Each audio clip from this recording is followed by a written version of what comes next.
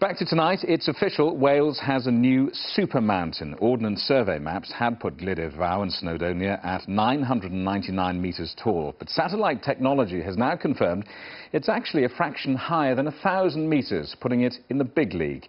Matthew Richards is surveying the range for us tonight. Thanks very much, Jamie. Yes, unfortunately, the summit is right in the clouds there, but I suppose it's only fitting given that this is one of the giants of Snowdonia. But let me just show you the plaque down here, which shows the range of mountains we've got here. And Glyder Fawr is there, but listed at 999 metres. Well, it looks like the National Park Authority are going to have to get their chisel out to amend that, because it really is with the big boys now. And the hope is that finding a few extra feet up there will bring a few extra feet to this area.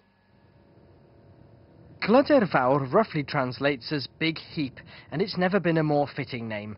On old OS maps, the height was 999 metres, tantalisingly just below the magic number. But using satellite readings, surveyors have found it does measure up to the 1,000 metre club. Time for all 5'4" and a bit of me to find out what this means. When you find something that changes the benchmarks, you go away with a real glow in your heart, and it was really exciting when we did get that answer pop out of the PC. Well done. For decades, Glyder Fawr has looked jealously on as runners race up Snowdonia's 4 peaks over 1,000 metres.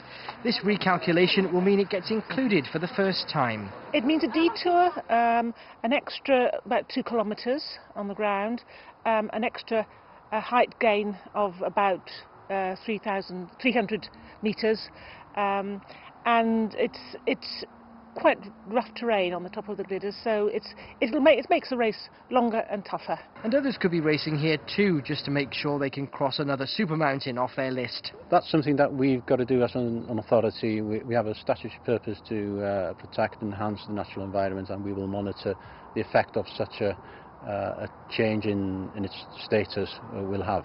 Whether you're admiring from the bottom up or top down, Glyder Fawr is now almost certain to be held in much higher esteem.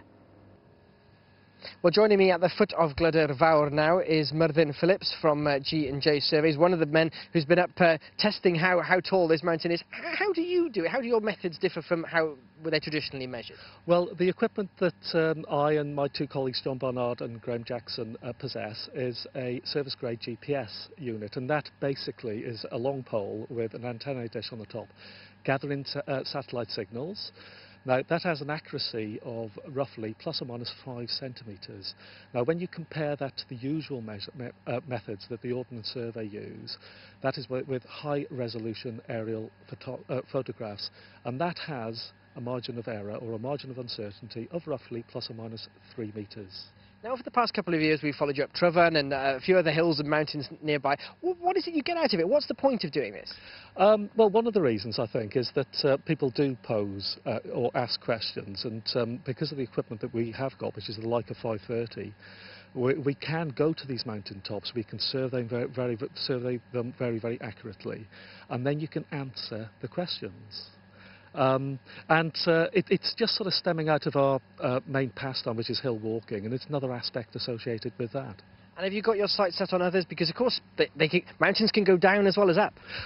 Yes, they can. And one we did last year in association with the Munro Society, we reclassified the Munro. So there's a Munro demotion last year. So it's not all sort of good, positive news as far as things like Glyder Fawr is concerned. There are others that can be demoted. OK, Myrddin Phillips, thank you very much indeed. Well, it's pretty cloudy.